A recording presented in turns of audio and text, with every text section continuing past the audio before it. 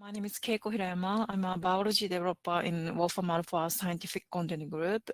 Today, I'd like to give a talk providing an overview of key genomic analysis functions accessible in the Wolfram language.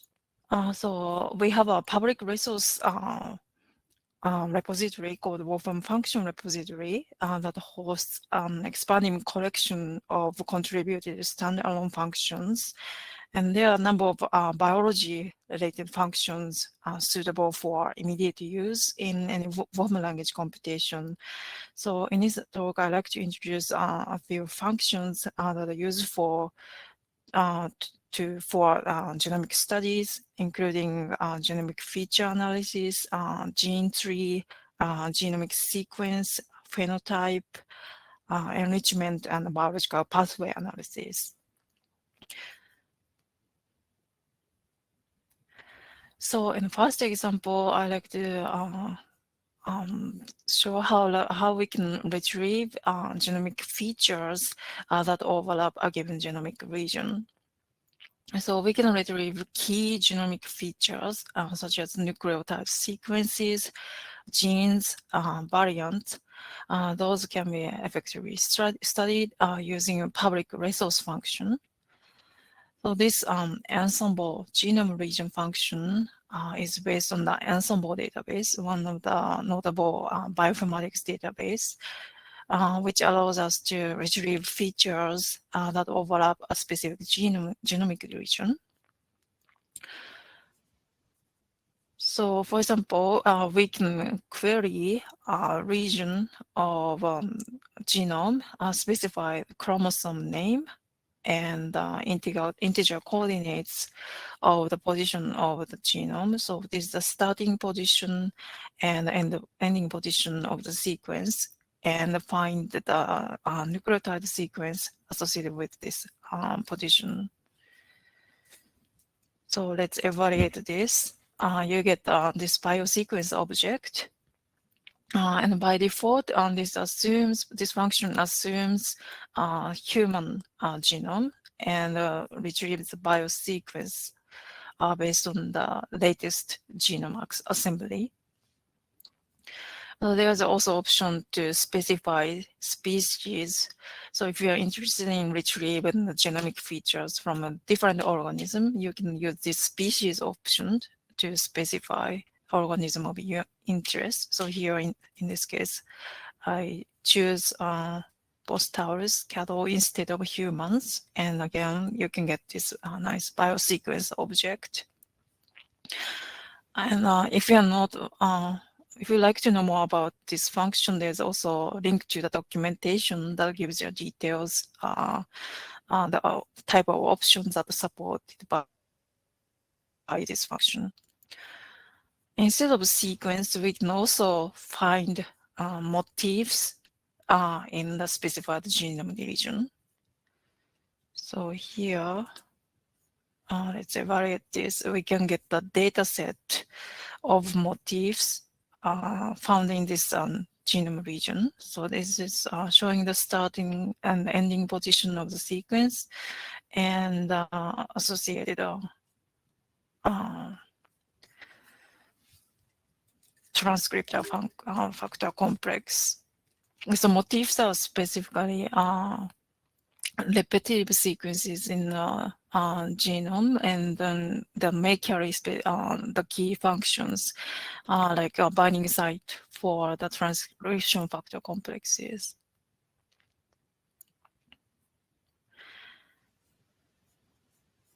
And then we can further explore the motif sequences and associated transcription factors. So here just I select a few transcription factor complexes and then finding the associated motif sequences. And this sequence logo plot and it gives you how motif sequences are conserved. So larger the data, more frequently appear the conserved bases in this motif sequences, and this x-axis showing the position in the motif sequences.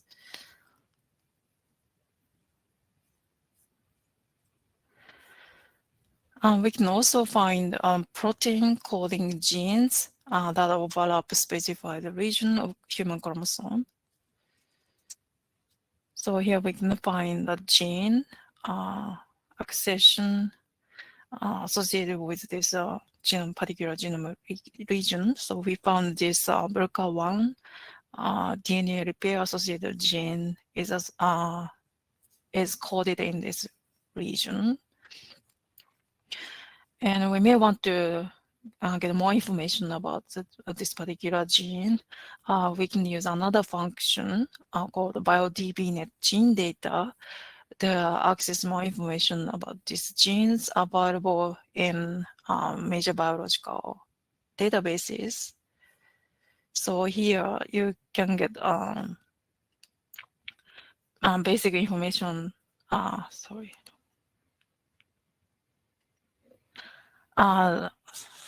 So it gives you basic information like chromosome position, but also gives you information like homologous genes, associated transcripts, diseases, homologous genes, proteins. Those kind of information can be retrieved, and this external identifier object links to the external databases like Ensemble, NCBI databases that you can also get more information from there.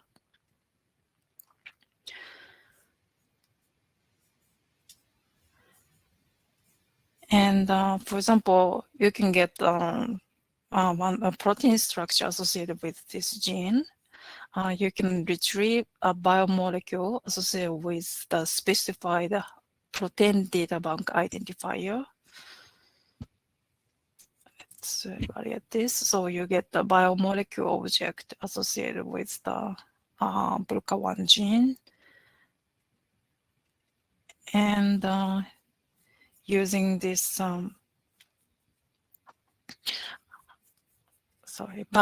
molecule plot 3D to visualize the protein structure. Let's see.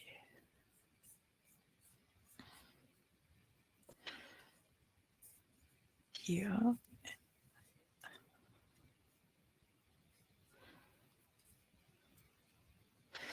And in addition to genes and proteins, we can also identify variant features that overlap the same genomic region.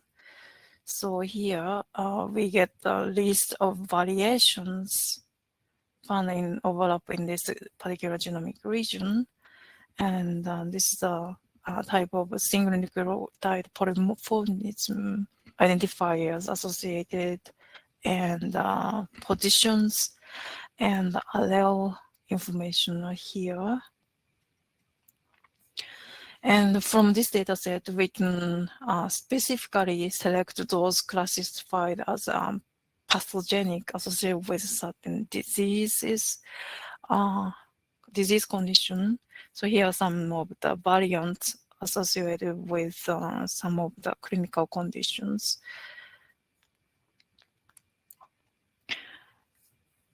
And another database, by accessing another database, NCBI, we can also get more detailed information on the selected single nucleotide polymorphism SNP.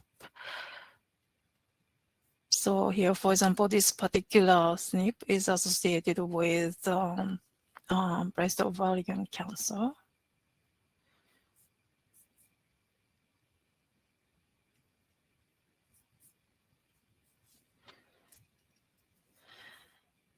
And in relation to genes and variants, it's also important to study homologous genes.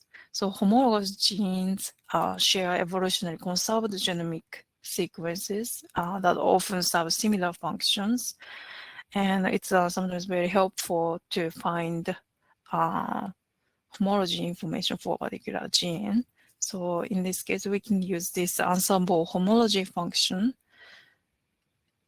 to get a list of genes from different species. So how to see? So here, a list of species and their associated genes, proteins, and aligned protein sequences shown in this data set. And we can compare the homologous peptide sequences from this data set. For example, we can compare peptide sequences of lowland gorilla versus Sumatran orangutan. And here you can see the diffs. Using the diffs, you can see how the homologous gene sequences differ across different organisms.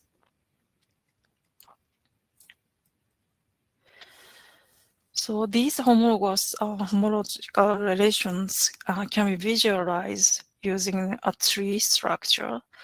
So the gene tree illustrates the evolutionary relationships among a group of homologous genes that share a common evolutionary origin. So here, this sample gene tree function helps to retrieve the gene tree. So in this case, I use this clock gene as an example, which is involved in a circadian rhythm.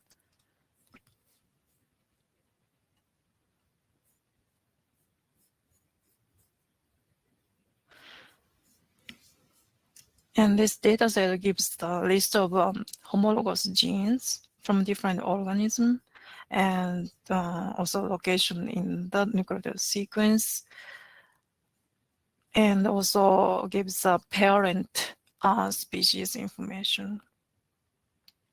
And using this relation, we can also create a tree object for the clock genes. So each leaves is a gene family. So for example, here, this gene from greater amberjack is represented, and these leaves shows the relation of species or genes.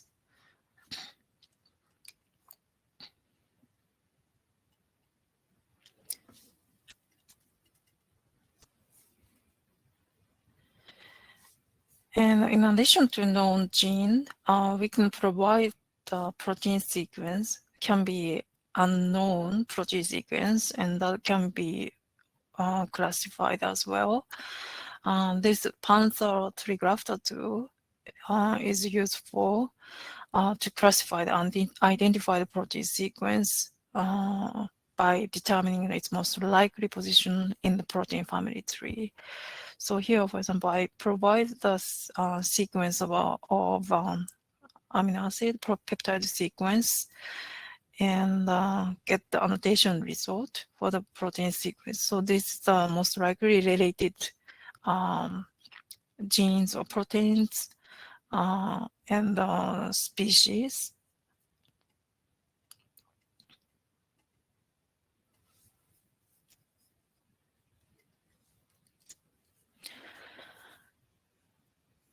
And using this data set again, we can also get a kind of like a tree structure. So this visualization, each node is labeled with the corresponding accession from the data set, describing the species and associated protein families. And it's a bit hard to see in this big tree, but these grafted sequences highlighted in this tree.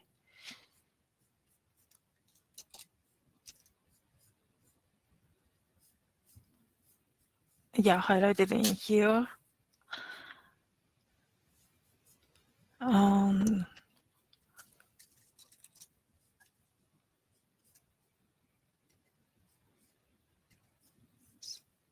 So I make it a bit smaller to see the overview. Yeah, in this tree structure.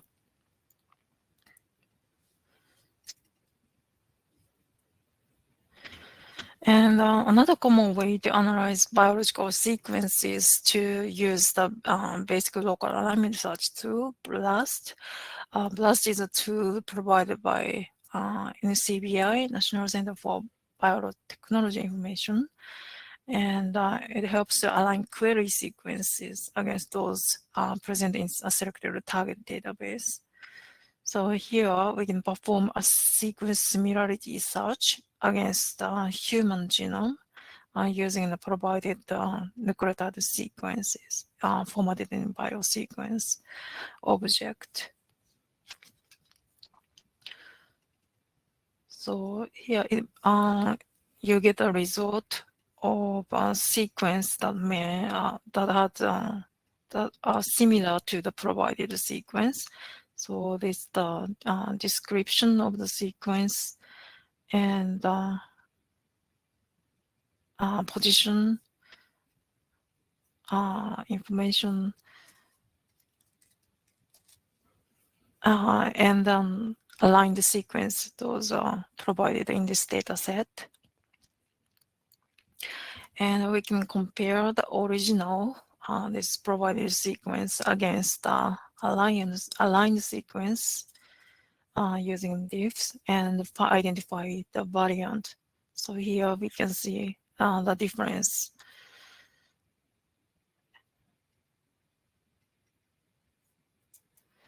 And in order to find the known SNPs associated with the identified variant, one way is to compute the variant position on the coding sequence.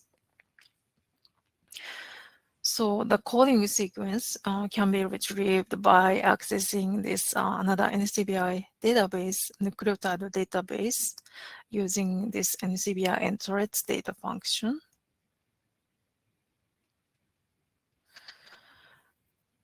And so using the reference sequence accession we retrieved from the previous analysis, we can get the coding part of the sequence. And here's the diffs. So this green is highlighted in green is the non-coding part of the sequence. And this is the aligned sequence, and you can still see this variant position here. And then from here, you can find the position of the variant within the coding sequence. So this position within the full nucleotide sequence. And we can compute the length of the non-coding part of the sequence at the beginning. And finding the position on the coding sequence. So using this position information, we can find the change in amino acid using the biosequence translate. So DNA sequence is translated to this peptide sequence. And this show that amino acid E glutamate is replaced by K lysine. So we may want to know, so how does this affect in terms of clinically how it may affect? So using the identified nucleotide sequence accession and the variant position information formatted in HGVS nomenclature, we can search for potential non-clinical variant in NCBI clinical variant database. And so here is accession of reference sequence nucleotide, and this is the HGVS formatted position information. So in the position here, the base G is replaced by A, and using this NCBI entries data function, we can search for the clinical variant in the database. And with, you get more information using the identified clinical variant. You get more information on the single nucleotide variant.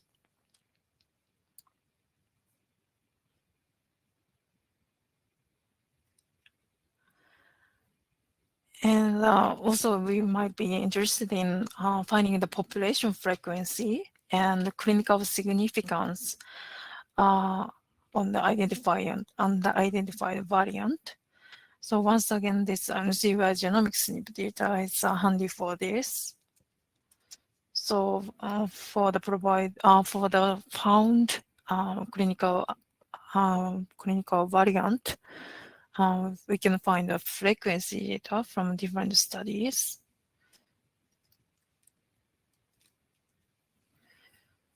So here you see the frequency of reference allele versus alternative allele. It's shown here. And also we can find the clinical significance information on the variant. So it looks like this variant may influence alcohol sensitivity and susceptibility to alcohol-related conditions.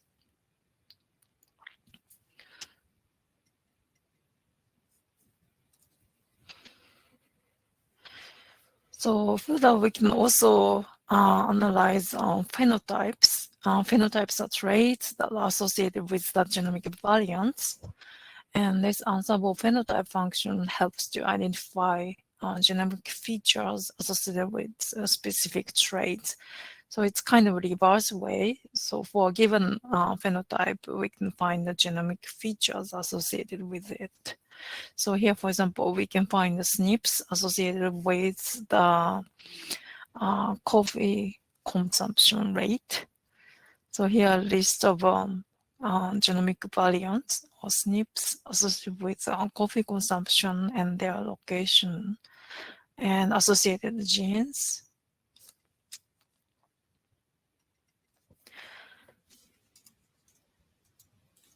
And this table is done sorted by the coffee cost, how much the variant, how variant may affect the coffee consumption rate.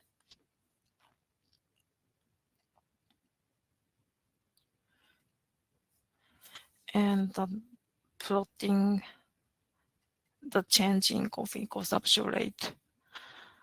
So by SNPs.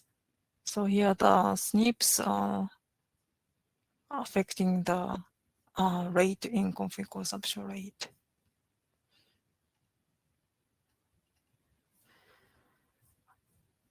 And we can also find the population frequency information, again using the NCBI genomic SNP data.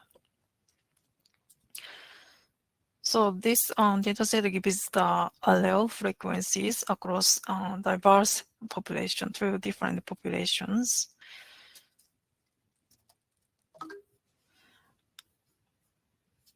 And we can create a bar chart with this. So here you can see this allele frequencies vary by different populations.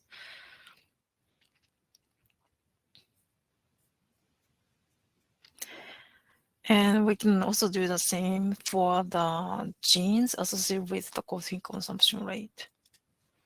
So here are the list of genes that greatly affect the coffee consumption rate. And once again, we can plot genes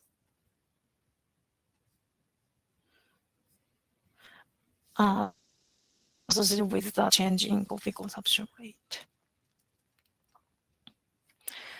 So these studies may effectively highlighting the SNPs and genes associated with known traits. And this is the final section of this talk about in terms of the functional aspect of genomic features, we can also perform enrichment and biological pathway analysis. This David database for annotation, visualization, and integrated discovery is used for provide useful annotation tools to help interpret the biological functions of genes. So this enrichment analysis function specifically identifies enriched, meaning over-represented biological themes like gene ontology terms and biological pathways for a given set of genes. So for example, here we provide the set of NCBI genes and Tourette genes, and we can identify enriched, so statistically overrepresented gene ontology terms.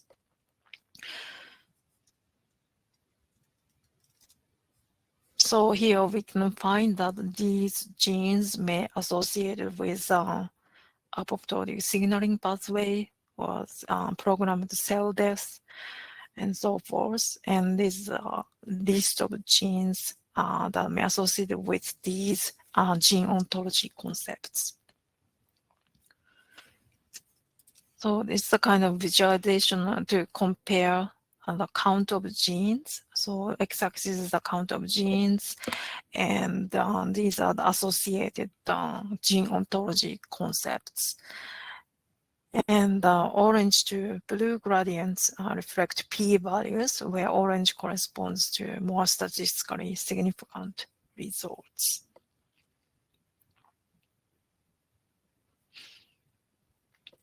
And for the same set of genes, we can also identify enriched KEGG pathways. KEGG provides the biological pathway information.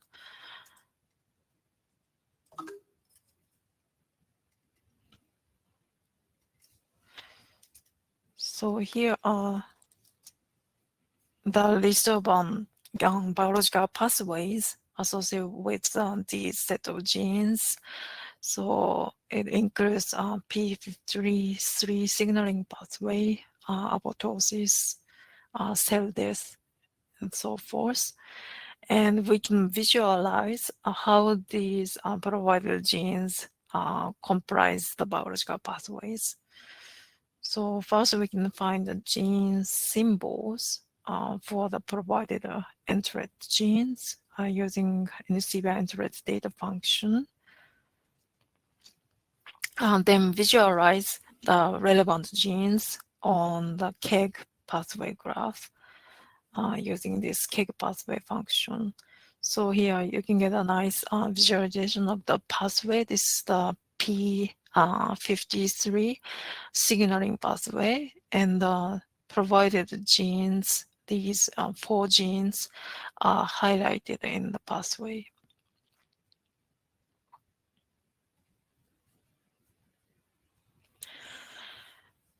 And the enriched pathways can be also analyzed based on expression levels of genes. So expression analysis measures the overall activity of identified biological pathways based on the expression levels of genes that comprise those pathways. So for example, here we have one the sample data set including the list of genes and their expression level. And you can query Reactome, another database that includes the information about biological pathways, to query the biological pathways that are statistically associated with these set of expressed genes. So here's the result of the analysis. You get the token and some statistical result and number of pathways found. And you can get the list of those pathways that are found to be associated with the set of expressed genes. And using the token from the analysis and plug into the reaction pathway function, you can also visualize the result overlaid on the selected pathway. So expressed genes are colored on the pathway graphic. And this pathway analysis gives insight on how differentially expressed genomic feature may affect the biological activities. So that kind of conclude my talk, and it's kind of yeah, I used 30 minutes. So yeah, thank you so much for attending this talk. I'll be happy to answer a question just briefly. Yeah, so thank you so much again. Yeah, hope you enjoy the rest of the conference talks. Thank you.